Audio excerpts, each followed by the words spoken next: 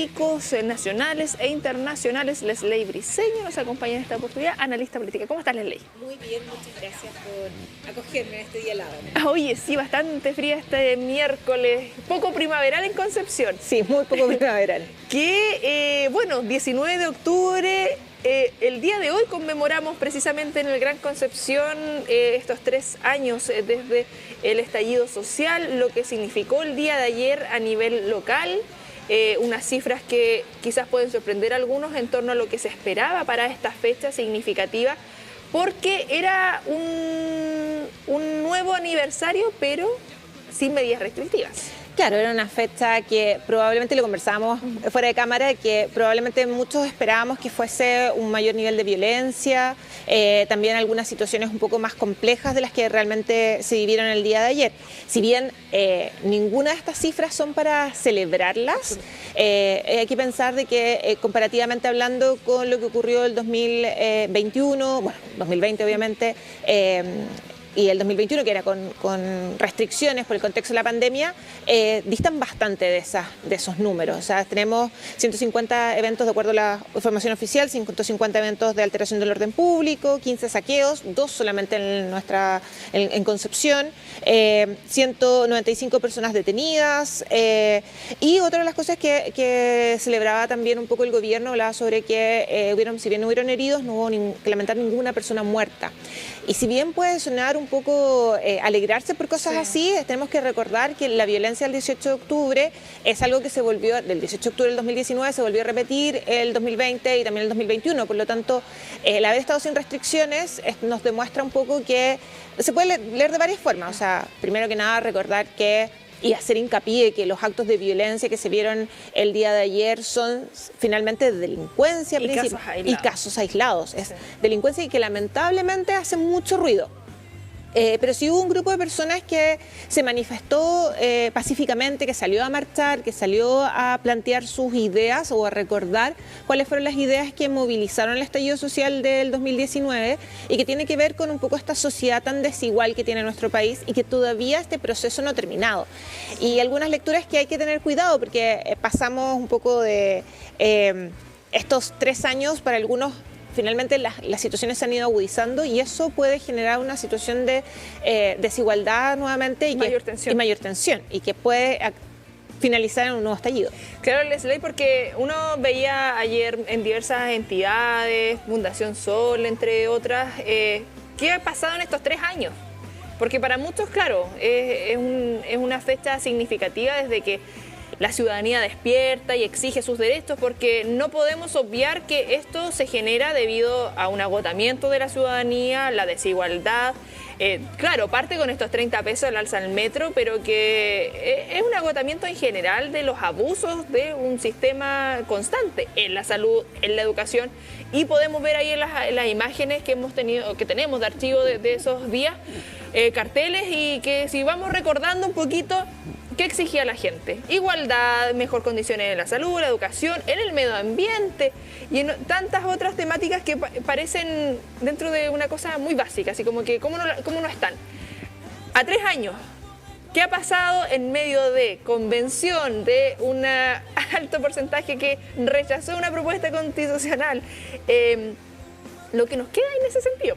Claro, o sea, en general podemos tener súper claro de que este eslogan, que para algunos es medio pintoresco, de que Chile despertó, efectivamente tiene que ver con una situación, como tú muy bien señalabas, vinculada a una crisis dentro de la sociedad chilena, una crisis política también. Recordemos que ese 18 de octubre y 19 teníamos un sistema político que estaba absolutamente colapsado, no sabía cómo reaccionar.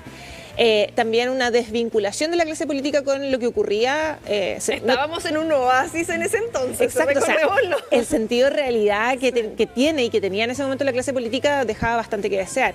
Y el problema es que a 3 años, pandemia entre medio, que algo que efectivamente eso nadie se lo veía venir, pandemia entre medio, lamentablemente tenemos un aumento de la pobreza, tenemos un aumento de la desigualdad. Sí. De hecho, los indicadores del coeficiente de Gini están demostrando que la desigualdad en nuestro país ha aumentado en el último tiempo.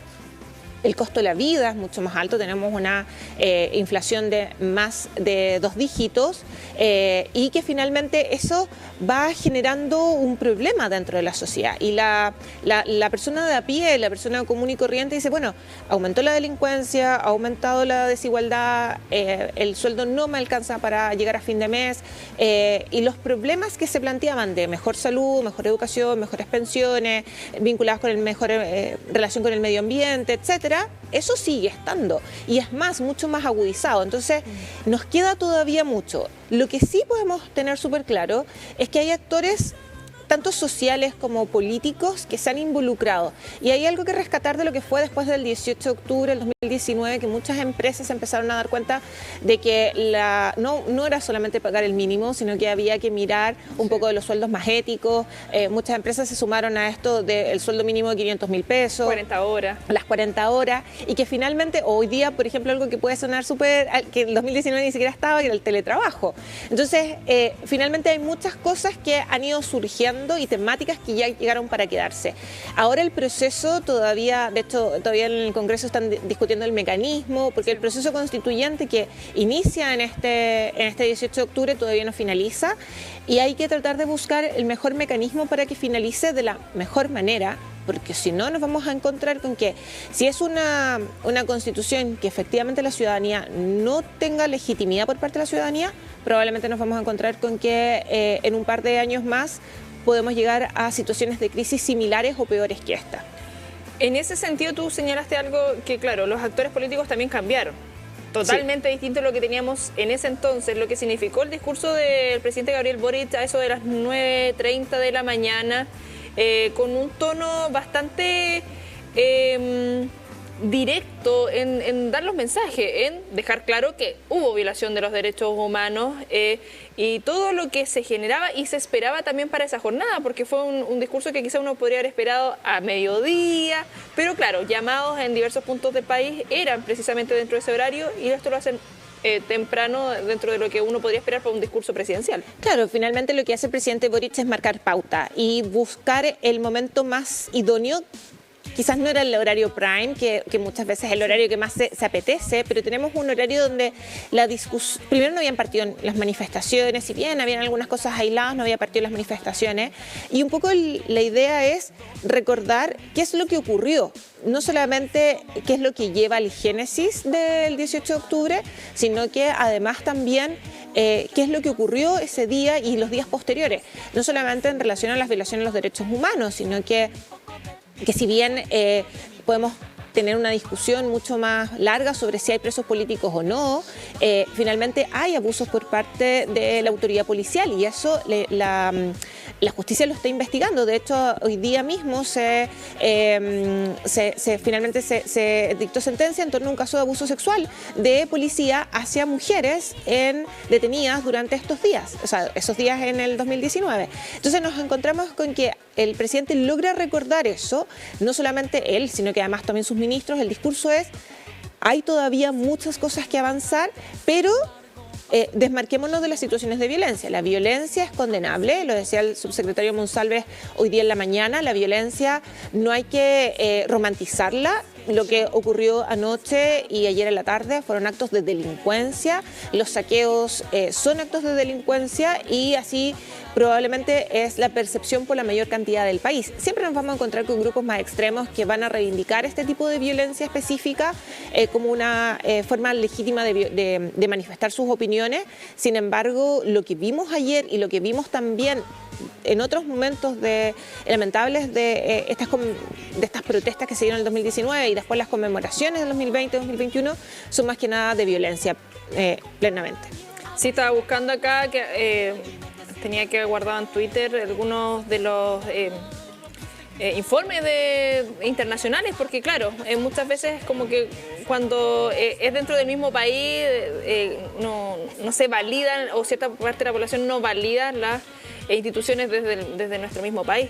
Human Rights Watch, dentro de ellos, bueno, el Instituto Nacional de Derechos Humanos además, y ya no era el tuit que estaba buscando, pero son varias las instituciones internacionales. Amnistía Internacional también hizo alusión a lo que estaba ocurriendo en Chile, también, por ejemplo, Freedom House, que es una organización que se vela por mirar los procesos democráticos a nivel mundial, también hizo hincapié en lo que ocurrió. Oculares. Claro, los daños oculares. Entonces, igual no es que solamente sean los chilenos o un grupo de chilenos que diga que se violan los derechos humanos, ¿ya? Sino que son organismos internacionales y que son legitimados por su accionar a nivel mundial. Sí, absolutamente. Ahí para ir dejando claro eso brevemente, porque el tiempo nos apremia. Crisis política que traspasa fronteras y el Reino Unido que está en una tensión que ¿sabes? Que yo como que lo veo esto un poco hasta novelístico dentro, como que hay uno acá empieza a cruzar, esto es como, no sé, digno de llevarlo a la serie. Sí, a ver, un capítulo para The Crown, claro, por así decirlo. Sí, o sea, tenemos una crisis política en Reino Unido que se está agudizando. Liz Truss lleva solo un poquito más de un mes, 6 semanas, de hecho, en el poder como primera ministra. Tiene un plan económico que fracasó completamente desde el Fondo Monetario Internacional, que le mandaron decir: esto no lo aplique. Párele. Le hicieron un párele, eso significó la renuncia del ministro de Finanzas, que voy a tratar de pronunciarlo bien, que se llama, no sé cómo se pronunciará la verdad, Warteng, si es que no me equivoco. Hoy día renunció la ministra del Interior, Braverman. Tenemos una inflación que está anualizada de más del 10%. La pobreza está aumentando. Según datos del mes pasado, 14 millones de personas, de ellos 4 millones de niños, no pueden acceder a comidas regulares diariamente, y algunas organizaciones caritativas están apuntando a que hay que reforzar los planes de alimentación en los colegios para que estos niños no caigan en desnutrición. Entonces, son cifras que son lamentablemente abismantes. Esta semana se retiró un subsidio a la energía, lo que va a significar que las cuentas de luz y calefacción van a doblarse en los próximos meses. O sea, no es que les vaya a aumentar un 10%, no, les va a aumentar un 100% la cuenta de luz y de calefacción. Y como bien dices tú, estamos a puertas del invierno. Entonces, eso va a traer una crisis económica. Y ojo, no es una crisis económica solo acá, en Inglaterra, sino que también en Francia. Ayer hubieron protestas en el mismo sentido. Veía algunos artículos internacionales y claro, que creo que no había pasado algo así en la historia, o por lo menos en Reino Unido, reciente. Sí. En el sentido que tú señalas 6 semanas y tuvo que salir a hablar y decir: no voy a renunciar. Exacto. A ese tipo de situaciones estamos llegando, porque claro, uno a veces dice: oye, sí, la tensión política, todo lo que está pasando, pero llegar a este punto y hasta que Boris Johnson se está candidateando nuevamente fue como: ¿esto es real? Sí, porque recordemos que es un sistema parlamentario, por lo tanto el gobierno puede caer sin necesidad de elecciones. Entonces, y como el Partido Conservador tiene la mayoría, es dentro del mismo Partido Conservador que se eligen al sucesor. Eso es lo que pasó con Boris Johnson y ahora Liz Truss, que no ganó ninguna elección finalmente ella. Pero efectivamente anunció que no iba a renunciar. Hay muchos miembros del mismo Partido Conservador que le están solicitando la renuncia o que esperan que ella renuncie. Y por otro lado, la posibilidad de adelantar las elecciones es bastante improbable, porque todas las encuestas electorales señalan que de haber elecciones el domingo ganan los laboristas. Por lo tanto, los partidos conservadores no se van a arriesgar a perder el gobierno y probablemente Liz Truss va a tener que estar constantemente sometida a votos de confianza, como se llama el mecanismo que se utiliza en el sistema parlamentario, para poder ir validando sus decisiones como para ejecutar en su gobierno. Pero la crisis política que se le viene a ella en las próximas semanas es probablemente una de las crisis políticas más importantes que ha tenido en el siglo XXI el gobierno británico. Recordemos un poco lo que pasó con Theresa May cuando trataba de aprobar el paquete de medidas para salir del Brexit, pero también esto revela un poco y pone de manifiesto que Reino Unido, al dejar en la Unión Europea, finalmente es un país que está muy debilitado, que no logra hacer que su moneda se fortalezca. El dólar hubo un momento que estuvo por sobre la libra, y también el euro estuvo por sobre la libra en términos de cambio. Por otro lado, las medidas económicas o este volador de luces que le vendieron a los británicos de que si salían de la Unión Europea iba a mejorar todo, que el origen de todos los males lo tenía Bruselas. Claro. Y cuando se dan cuenta que eso no ocurre, que finalmente cuando se ejecuta el Brexit y los camiones estaban parados en la frontera porque no había documentación para que pudieran cruzar, cuando el precio de los productos que llegaban de Europa se triplican, cosas tan simples como, y esto podrá sonar medio curioso, la tintura del pelo que se produce en Europa, en el continente, está llegando con 2 o 3 veces el valor que era antes del Brexit. ¿Por qué? Por los aranceles. Entonces, esas cosas era algo que el británico común y corriente no lo había sopesado y ahora le está afectando el bolsillo, además de una crisis económica mundial. Sí, que me imagino que ahí en el próximo encuentro que tengamos en Leslie va a haber harto que ir comentando también, porque esto va pasando, insisto, en 6 semanas y ha pasado bastante, así que agradecerte que te hayas dado el tiempo de acompañarnos durante esta tarde. Muchas gracias a ustedes, nos vemos. Bien intenso todo lo que está ocurriendo, no solamente a nivel nacional, sino también a nivel internacional. Nosotros ya nos despedimos porque viene pegadito Javiera Sangüesa con la edición central de TV Noticias. Nos encontramos mañana a las 17 horas.